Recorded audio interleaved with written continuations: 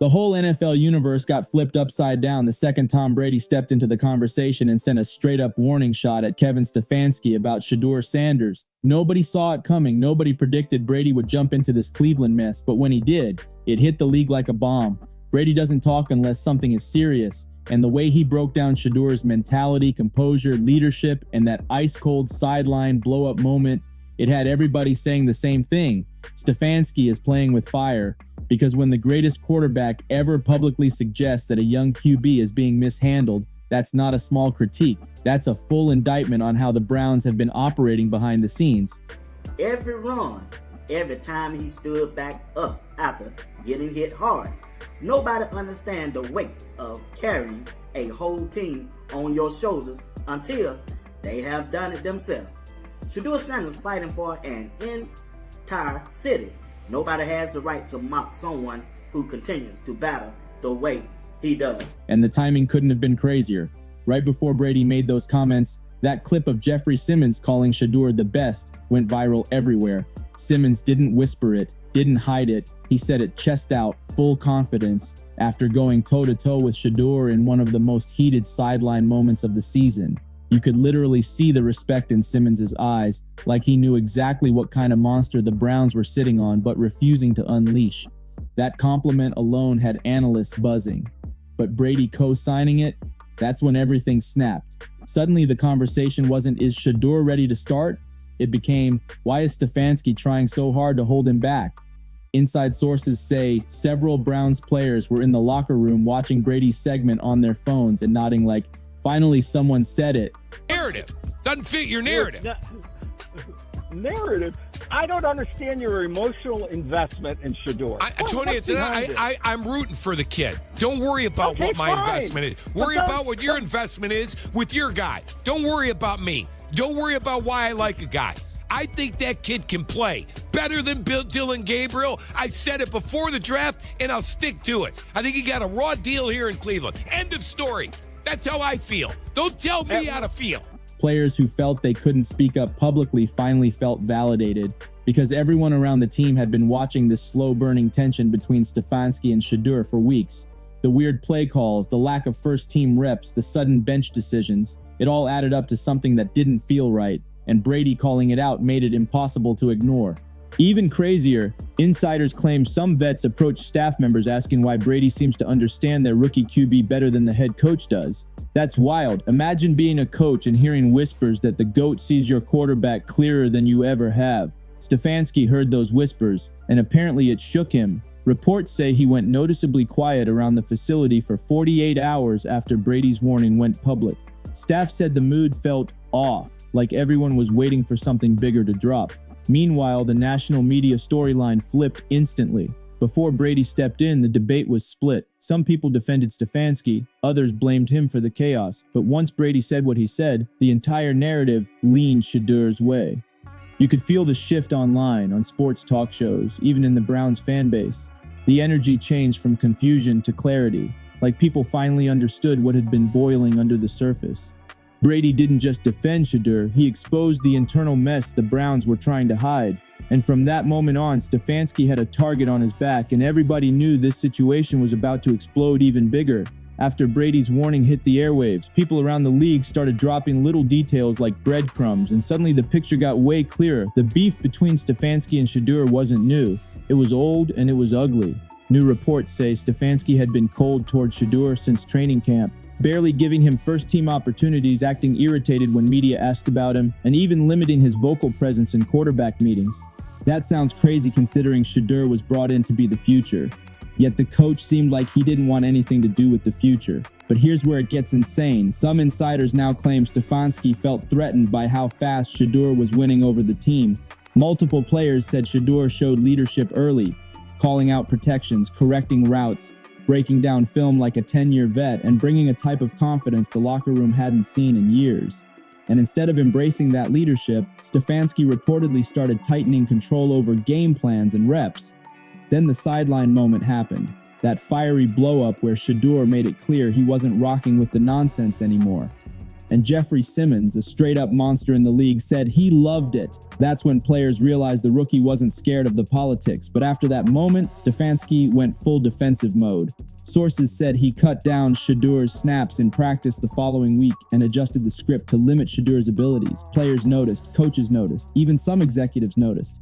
And the tension was so thick, some insiders say you could feel it from down the hallway. That's why Brady's segment hit like nuclear fire. He didn't just talk about Shedeur's talent. He talked about Shedeur's mindset, his composure, his readiness, and the importance of not sabotaging a quarterback with star-level potential. Players around the league began speaking out subtly. A few defensive stars dropped cryptic posts about coaches holding back greatness. Several former Browns players liked the posts, which only added fuel to the conspiracy. And the Browns front office, word is they started panicking because they realized the situation had gone public in the worst possible way. Some analysts tried to spin it, saying Stefanski just wanted Shedeur to earn it. But that narrative died fast once Brady stepped in. If the most respected quarterback in NFL history says the kid is ready, so nobody's arguing against that. And now the pressure was on Stefanski heavy. Rumors circulated that Haslam himself wanted answers about what was going on behind the scenes. Meanwhile, Shedeur stayed silent. That silence was louder than words. He didn't clap back, didn't do interviews, didn't make passive-aggressive posts. He handled himself like someone who knows he's about to take over the league and doesn't need to explain anything. That silence is what made Brady respect him even more, and what made Stefanski look even worse.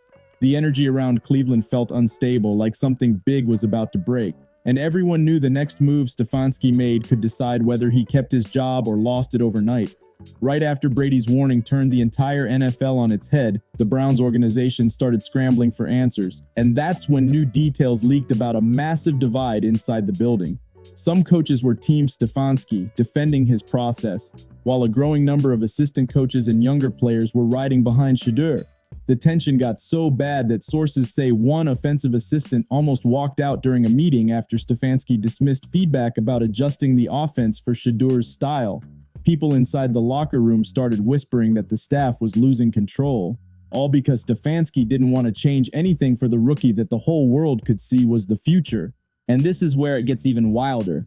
Apparently, Stefanski had designed the offense around Dylan Gabriel early in the season, and some insiders claim he was bitter that Shedeur was outperforming the original plan. That friction grew every week. Shedeur outshined expectations, and once his big sideline moment hit the internet, that was the final straw that exposed everything. The team tried to act like nothing happened, but players said the vibe in the facility changed instantly. The room felt divided, unsure who to trust, unsure where leadership was coming from. Then Jeffrey Simmons, calling Shedeur the best, cracked the situation wide open. If someone of Simmons' caliber is publicly giving that type of respect to a rookie, that's huge. But what made it messier was the fact that Browns players were reposting the clip, liking comments, sharing posts. That wasn't accidental. That was a message.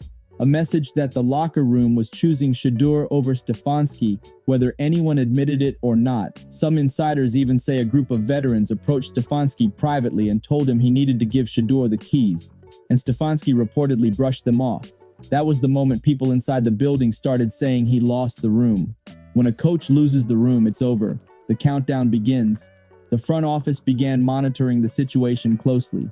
Haslam was not happy. Schwartz, who already had tension with Stefanski earlier in the season, quietly began siding with the players. And the craziest rumor, some staffers say Brady's comments didn't just change public perception, they influenced ownership. When Brady speaks, owners listen. He's not just a retired quarterback. He's basically football royalty. Haslam allegedly contacted multiple insiders for an emergency evaluation on Shedeur's development. That's how serious this became. Meanwhile, Stefanski refused to acknowledge any wrongdoing, doubling down on his approach, even though his own players were slipping away from his leadership every day. This wasn't just a quarterback controversy anymore. It had turned into a full-blown power struggle inside the Browns organization.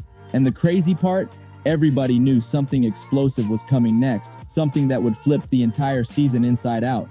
Right when the outside world thought things couldn't get more chaotic, new insider footage leaked showing Browns players huddled around a phone watching Brady's comments again. And this time, the video caught players saying stuff like, "He's right," and "Coach trippin'." That clip spread across social media fast, and suddenly the world saw with their own eyes that the locker room wasn't exactly backing Stefanski. The moment that clip hit the internet, analysts and former coaches said the same thing. Stefanski was in danger of losing his authority completely. But the wildest twist comes from a new report claiming Stefanski tried to regain control by calling a private meeting with quarterbacks and certain offensive leaders. Insiders say he attempted to re-establish dominance, reminding the room that he was the head coach and Shedeur needed to stay in his lane. The room went silent. Nobody agreed. Nobody supported it. Some players looked down. Others weren't even trying to hide the frustration on their faces. That silence told Stefanski everything. The locker room had moved on without him. Meanwhile, Shedeur's reputation around the league started skyrocketing. Players from other teams started speaking on him. Corners saying he's already reading defenses like a top 10 QB. Linebackers saying he moves like he'd been here before. And analysts saying his ceiling might be higher than anyone from his entire draft class. That hype wasn't accidental. It was coming from real performance, real talent, real leadership that Stefanski was trying to keep buried. Then Simmons doubled down in an interview saying Shedeur earned that respect and that he ain't like normal rookies. That made the situation even more insane because now a Pro Bowl level defensive star was publicly backing him twice. You almost never see that for a rookie QB, especially one in the middle of a team meltdown, and the Browns front office, they couldn't ignore it anymore. They reportedly held multiple behind-the-scenes meetings discussing the future of the franchise, and one key question: is Stefanski holding Shedeur back? When your owner and GM start asking that question, your job is basically hanging by a thread. Insiders leaked that Stefanski had been pushing back against giving Shedeur full control of the offense because he felt the rookie needed humbling. That detail alone had fans going crazy online. The idea that a coach might be purposely slowing down a star rookie rubbed everyone the wrong way. Fans, analysts, former players, everybody started calling it sabotage. And then, the biggest bomb of all, reports said Haslam planned to confront Stefanski directly if the tension continued into the next game week. That's when everyone realized this wasn't speculation anymore. This was survival mode for Stefanski. With the locker room drifting away, the fans fed up, the media turned against him, and Brady himself calling out his mistakes, Stefanski was standing on the thinnest ice of his career. Everything exploded after Shedeur delivered a breakout performance that had the NFL buzzing and Cleveland screaming for change. It wasn't just good, it was historic. The type of game that instantly exposes anyone who doubted him. Shedeur's reads were snapping, his ball placement was surgical, his decision-making looked like he'd been in the league for years, and what made it wild was that every analyst pointed out how he did all that while running plays Stefanski wasn't even maximizing properly. Fans said it, players said it, commentators said it. The world saw that Shedeur wasn't the problem. He was the solution Stefanski refused to embrace. Brady reposted a highlight clip with a caption that basically said, "Told y'all," and the internet lost its mind. Simmons reacted again, calling Shedeur different. Even players from rival teams were tweeting eyes emojis during the game. It felt like the whole NFL woke up and realized Cleveland might have found a star, and the coach didn't appreciate what he had sitting right in front of him.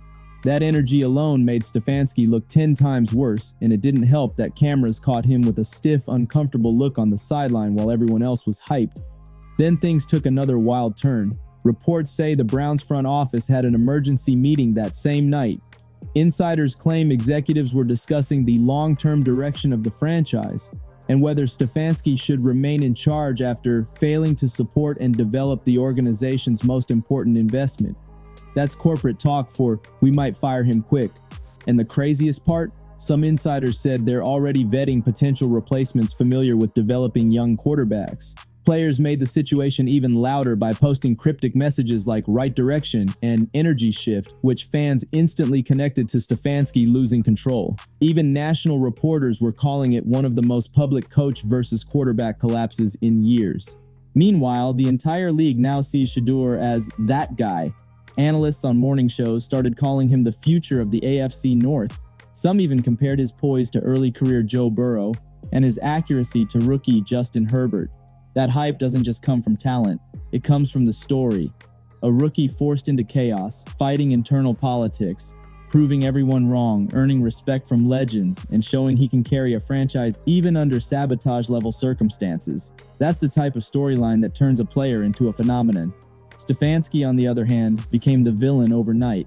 Fans demanded accountability. Commentators questioned his judgment. Insiders said the locker room moved on from him. And ownership, they stopped defending him completely. Now the Browns find themselves in a situation they never expected.